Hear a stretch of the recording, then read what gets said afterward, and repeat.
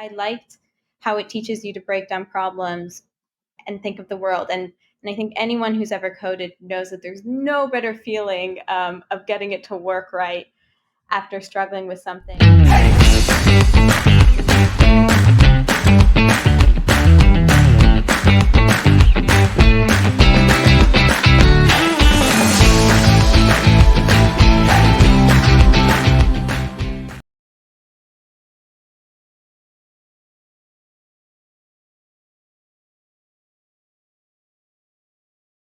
Lee Alpert, thank you for being on my show, 20-Minute Leaders. It's so good to have you.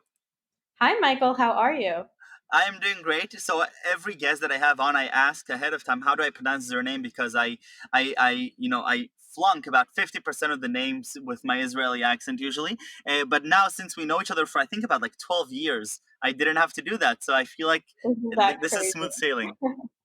12 years. Lee, you were at Stanford together. You helped teach courses within Stanford computer science, helping other students that are a few quarters or years behind you with your new expertise. Product management intern at Intuit. Incredible experiences both in Hong Kong but also in Greece, working with IsraAID, and now most recently a new program that we'll hear about near the end. Lee, I'd love to talk about your journey, and I'd love to talk about your role as a section leader at Stanford and all the other things that I mentioned. But first of all, who are you, Lee Alpert? Yeah. Hi, everybody listening. Thank you for having me, Michael. I'm Lee. I grew up mostly between New York and Israel, so I personally think I got the best of both worlds in that deal. It's food wise, culture wise, and just kind of being able to contrast those two cultures. That's been incredible. Give me two sentences on that. The growing up on the line between New York and Tel Aviv, what was that like? I think it was really interesting, especially, because of the politics surrounding the Middle East and Israel, Yeah, and kind of getting perspective on that from both within and managing to take a step back and see kind of the global view on that. I totally. think it gave me a very well rounded perspective. And sometimes it's hard, right? Because you feel like you're always maybe disagreeing, or you're always defending, or you're always in these tough conversations. Well, But I I have to say that for me, it was always a dissonance that, especially when I was in the IDF, taking part and understanding both sides of the story, and then all of a sudden traveling for the summer to New York and opening the New York Times and seeing things that I didn't really see in the Israeli news. Right? That's something that's really interesting. Yes, definitely. And I think it goes both ways. Sometimes you're seeing things in the States that you never see, or just in the international papers that you never see in Israel. And sometimes now there are a lot of protests going on in Israel. Right. And I think a voice that hasn't been heard in a while in Israel is becoming very vocal. And to me, that's very exciting. And that maybe isn't in the front headlines internationally. And it makes sense why that isn't so. But it does kind of help place you in a more global sense. And so that 100%. was, yeah. I think growing up with that was very important in shaping my perspectives on that, and it's definitely something I'm still always learning how to navigate, both with those two cultures and any others I'm experiencing. Well, just as a dramatic shift it is to go between Israel and New York throughout the years, you went to the Israel Defense Forces. You spent several years there, being with it primarily Israelis, and then one clear day you wake up and you're at Stanford University in a completely different world. Start with that first experience. Tell me a little bit about the IDF and what was that experience like for you? So I was a medic, which I absolutely loved.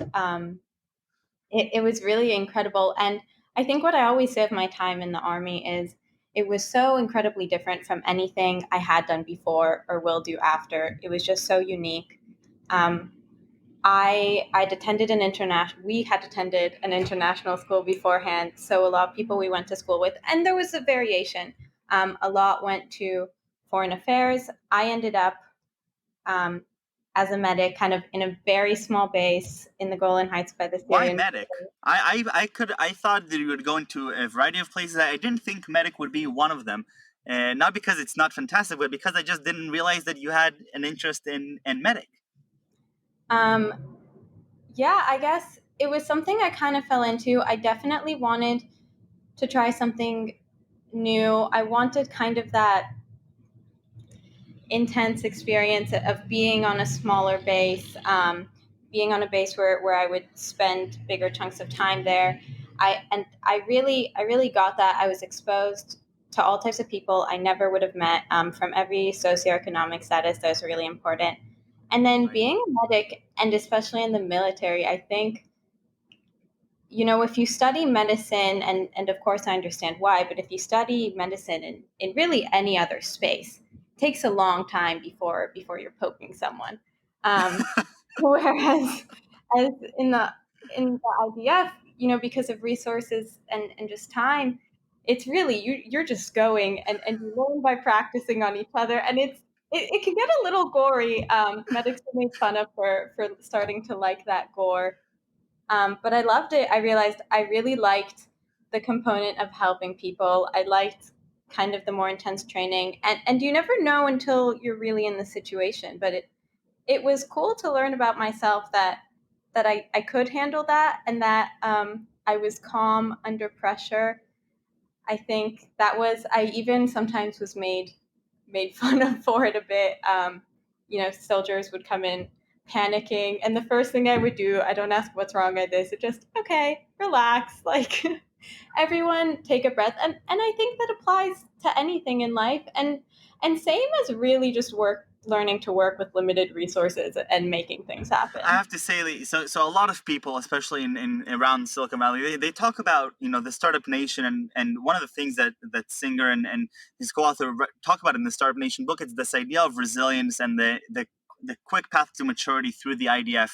And while a lot of them are talking about the 8200 or the elite intelligence units as key factors for the startup nation, people like also Eric Schmidt, they talk about this exact what you're talking about, this idea that you're being placed in these high stress situations, and at the age of 18, 19, you learn that the most important thing you can do when somebody comes in panicking is to calm them down and calmly assess the situation. And so for me, that's a perfect example of also something that I felt that I gained through the IDF. But I'd love to also transition out to Stanford and hear about what that experience was like, moving from putting the uniform down, getting on a plane, and finding yourself in the beautiful Silicon Valley in one of the most beautiful campuses in the world.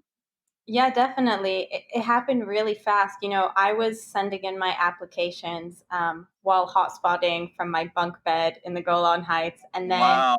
within the span of less than a year, I was going from being a medic to I probably waitressed or bartended a bit. Got had a bit of time to travel, and then was a student at Stanford University, which still blows my mind sometimes.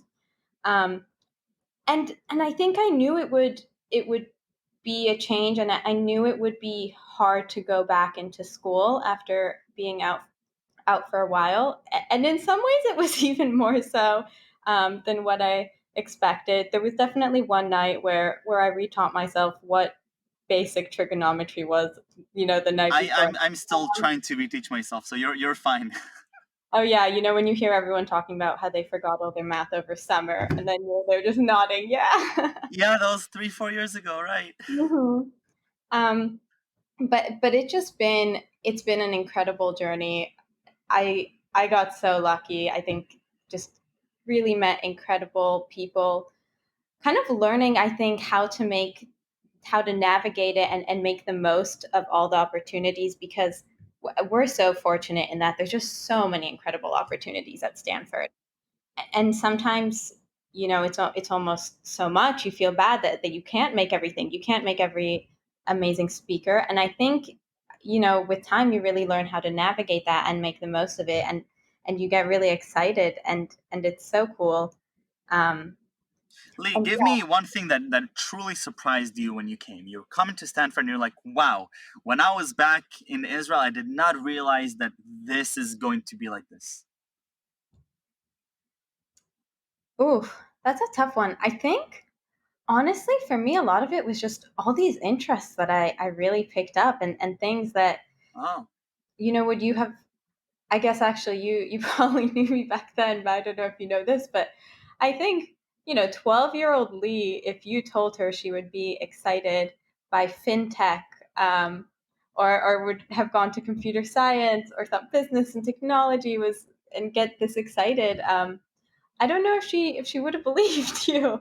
But I think it's discovering all these different passions, and even the areas that you don't go into. I have so much respect for all of my peers that I see doing incredible things in other spaces.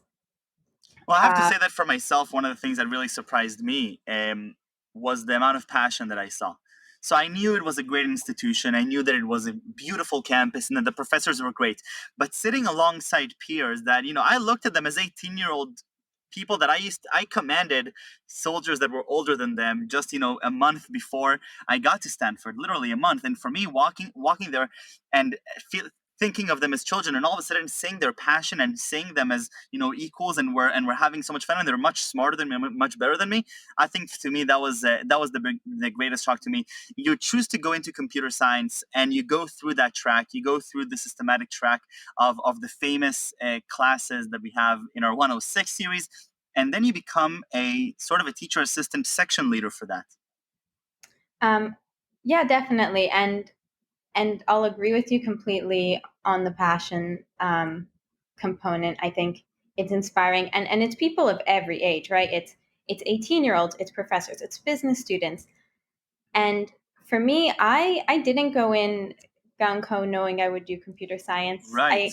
I think a part of me almost tried to not do that because so many people were doing it, but I took one course and I took another, and somehow it went okay or even well, and I really enjoyed it, and I liked how it teaches you to break down problems and think of the world, and I think anyone who's ever coded knows that there's no better feeling of getting it to work right after struggling with something. And I got really lucky, and I had incredible section leaders and incredible teaching assistants and professors during my courses. And I had been very intimidated. Stanford computer science. I had no experience. It it was something I was scared of, and then I finally got around to doing it, and I loved it. And I thought, okay, I would like to be like one of the people who helped me first get into this, and I would like to help teach this course. I love it. And it was great. And you actually mentioned that. Um, teaching students in the years below, but that's not necessarily true. It's actually one of the most commonly taken courses at Stanford, and we definitely see law students taking it too. And it's just That's such a true. cool space, and it's great to see what a variety of students can enjoy this course, whether computer science is their main field of study or not. So Lee, paint me a picture, because it is one of the most popular courses at Stanford. It's notorious for being an excellent course that's been developed over more than a decade.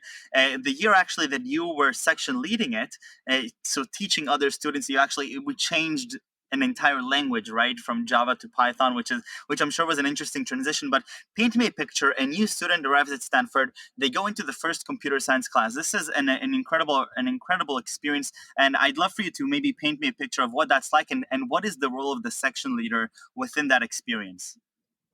Yes, definitely. And I think this is something very unique that happens at Stanford. And of course, it's dependent on resources, but just a great model for teaching is that in addition to these very large lectures with incredible professors, they also really hire and teach and train and make this community of students who will help with the teaching themselves.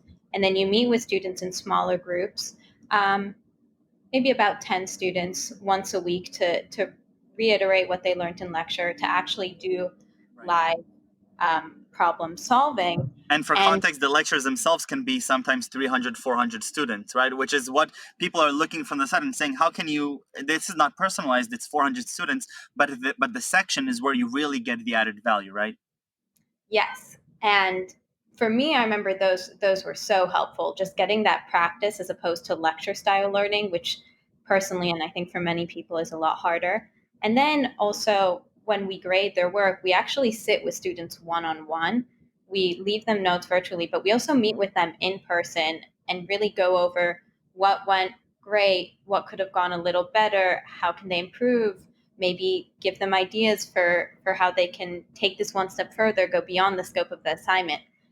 And then there's also a ton of office hours, and I think it's that level of feedback and interaction that really sets us apart, and is the reason why these courses get such great feedback from every type of student. And it's also great to see how they've really built this community of instructors, and they really value and want our feedback in how the course is going, both in the syllabus, content, style of instruction, in order to improve it, since they understand that we have so much contact with the students. It reminds me a lot of the idea of mentorship, where age is not the factor. Sometimes it's like it's just another peer that's teaching you material, even though you may be more professional in other fields. Like you have like second year law students who are coming, and you're teaching them computer science and you're grading their work. What do you tell a student that is just starting out, because you're section leading for one of the introductory computer science courses, which is the beginning of the funnel, and one of the greatest challenges that I know the faculty and all around the world are dealing with, both the diversity issue that of the funnel, it's primarily males, unfortunately, that continue, and the reasons are flawed for that, because it actually turned out, I believe I read a few research reports, that actually females perform better in those courses than males do. So it's more of a social issue. But what do you tell somebody who's starting out and they're having some trouble? They're scared. It's difficult. They don't recognize the language, and they meet with Lee Alpert, who's their section leader, and they look at you as the teacher because you're the one grading their work. I think there are a lot of things. One, and I we do talk about this, and how to approach this problem.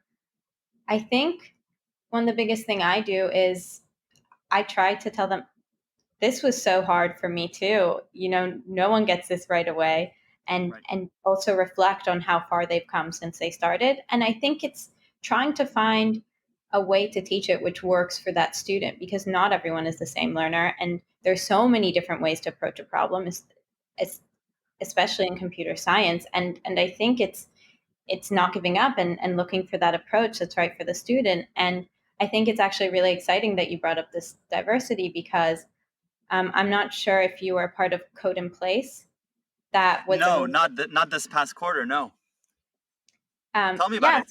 yeah, it was this really exciting initiative that came together very fast. Some of the biggest computer science professors at Stanford, and people who are involved in the section leading program. And they wanted to make this course, or at least the first 5 weeks of it, accessible globally. You have so many people studying For free. remotely for free remotely, but have this style of teaching Amazing. implemented into this The same program. the same idea of section leading, same small cohorts. Yes. Wow. So in order to achieve that, because I wish I had the numbers for you, but I know that we had thousands of students, and we also had thousands of volunteer teachers, which was Wow. really, really cool. And I got to actually help train some of those volunteer teachers in the way that we do the section leading. And it was great. I had my Norwegian cousin took the course. People from Whoa. all over the world took this course, and it was really cool to see. And the completion rates for free courses that are in this style tend to be really low, Yeah, because sometimes there isn't that incentive. You're not getting a grade, you haven't paid for it, so you don't exactly. feel the need. But I think we did really well, and it was such a cool global process to see, especially with this issue of diversity being so important. Wow. Okay, Lee, all that is just fascinating, but I want to make sure that I leave 2 or 3 minutes to talk about what you did in Greece. Uh, I remember following your journey on social media back then, and it was inspiring, and you were volunteering there for quite some time. What were you doing with IsraAID over at Lesbos, Greece? Yes, so I was a humanitarian fellow with them. IsraAID is a nonprofit that works really for they go for humanitarian disasters all over the world. I was focused on their project in Lesbos, Greece. Unfortunately, Lesbos, Greece, because of its location near Turkey, became really, when the refugee crisis was at its peak, approximately 2015. A lot of refugees from all over the world were trying to access the EU through this small island in Greece, on the border of Turkey. And it was just a crisis. It's home to Moria refugee camp, one of named in a lot of articles as one of the worst refugee camps in the world. And I was there helping with medical and educational programs. Wow. And it's really one of the most important things I've done. I got so much exposure. I'm still in touch with so many of the people I worked with there, both people who were volunteers and people who were themselves asylum seekers. And How long did you spend on the island? a month and a half, I think. Wow. And then I continue to stay in touch with people, and I try to speak at events about what I've done. And it was what was really neat there, and the big lesson I learned there was also just how I got involved with that in the first place. It definitely remains one of the most important life experiences I've had, and I got involved with it because a friend, they were speaking at Stanford. A friend knew of my interest in the area and just suggested I come. And I think a big lesson I got out of that and continue to try and implement now and hopefully always is just, make your passions known, help each other out, and then those around you will let you know of opportunities. There'll be so much for you, and help each other out in that case, and connect friends and make all of those things happen. I think it's also inspiring that, one of the things that as you come to Stanford, you hear very quickly is what is your next internship and what huge company are you going to work at and what big name are you going to put on your CV. And the fact that you're putting that aside and you're saying, I want to first pursue a passion and I want to pursue something that I can actually make a dent and an impact on people's lives. And only through, through following you a little bit through that summer, I know that you've impacted so many lives. So I think that's a really important message that definitely people that I talk to in freshman year at Stanford, I try to share as well. But Leah, I can't believe it. 20 minutes go by way too fast. It's unbelievable. But before we leave, I have to ask you for 3 words that you would use to describe yourself.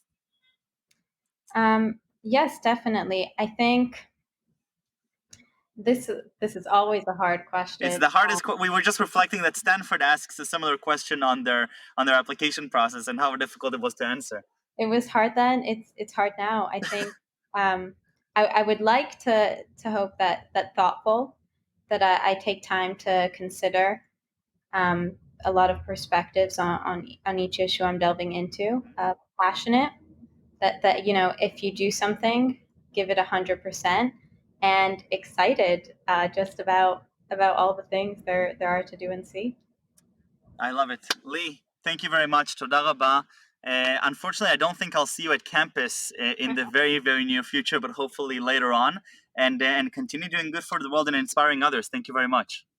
Thank you, Michael. Have a good one.